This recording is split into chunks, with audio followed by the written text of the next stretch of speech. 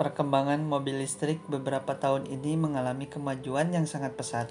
Setiap pabrikan mobil berlomba-lomba mengembangkan mobil listrik. Tidak hanya pabrikan, tapi juga negara-negara maju ikut mengembangkan mobil listrik. Mungkin yang orang jarang tahu, mobil listrik itu justru pernah populer ratusan tahun lalu. Dari pertama diproduksi, akhirnya terkenal, lalu kalah bersaing dengan BBM yang melimpah, dan perlahan kembali setelah berjaya di luar angkasa. Maka sekarang mobil listrik kembali booming terutama di negara-negara ini. Ini pun didorong sama perjanjian global untuk mengurangi emisi karbon yang menyebabkan krisis iklim sebelum 2050. Karena dengan mobil listrik, penggunaan bahan bakar fosil berkurang dan sangat ramah lingkungan. Tahukah Anda, ada seorang putra bangsa yang sudah meneliti dan mengembangkan mobil listrik. Dia adalah Ricky Elson. Siapa Ricky Elson? Ricky Elson lahir di Padang, Sumatera Barat 11 Juni 1980. Dia adalah seorang teknokrat Indonesia yang ahli dalam teknologi motor penggerak listrik.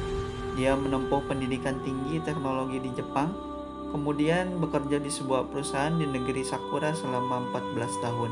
Di sana, Ricky telah menemukan belasan teknologi motor penggerak listrik.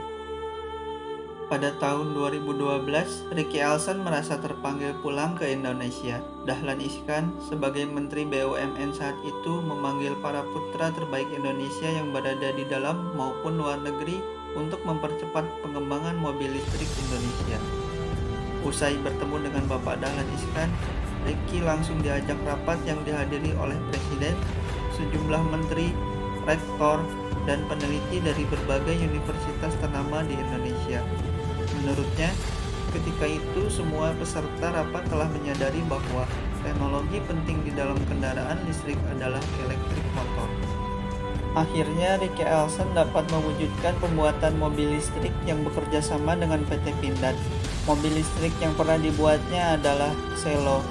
Selain Selo, ada juga Gendis yang digunakan pada KTT APEC Oktober 2013 di Denpasar, Bali. Setelah berganti pemerintahan, semangat pengembangan mobil listrik menurun. Kebijakan pun kurang mendukung pengembangan mobil listrik. Hingga akhirnya, pengembangan mobil listrik besutan Ricky Elson mengalami mati suri. Meskipun pengembangan mobil listrik tidak dilanjutkan, akan tetapi Ricky Elson tidak kembali ke Jepang. Namun, ia lebih memilih mengabdi untuk negeri, membangun komplek riset pengembangan motor listrik di pelosok daerah di Ciheras, Tasikmalaya, yang dia sebut Lentera Angin Nusantara. Hingga saat ini, mahasiswa sudah ratusan, bahkan ribuan mahasiswa datang silih berganti ke Ciheras. Mereka ingin belajar dan ikut mengembangkan motor listrik. Awalnya, Ciheras hanya dijadikan tempat riset motor listrik bagi para mahasiswa. Namun, dalam pengembangannya, Ricky Elson melihat potensi alam di Ciheras. Ia mencoba memberdayakan masyarakat dimulai dari bertani jahe hingga beternak kambing dan sapi. Berawal dari sebuah bangunan semi permanen, dia memulai semangatnya untuk melahirkan kincir angin berukuran kecil dengan harga terjangkau untuk menerangi daerah-daerah terpencil yang belum bisa menikmati listrik. 1 tahun berjalan, tepatnya pada 2013, pria yang hobi menggunakan kacamata oval itu berhasil menyelesaikan 100 penari langit. Itulah Ricky Elson.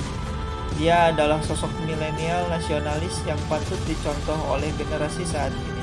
Dia mempunyai keahlian dan intelijensia yang tinggi, terbukti dari hak paten yang ia dapat tentang motor listrik. Rela berkorban demi mendidik anak-anak bangsa, pantang menyerah meskipun karya tidak dihargai di negeri sendiri. Dia percaya suatu saat nanti akan ada mobil listrik asli buatan Indonesia yang menjadi raja di negeri sendiri. Itulah sosok Ricky Elson yang bisa diambil keteladanannya oleh generasi muda saat ini.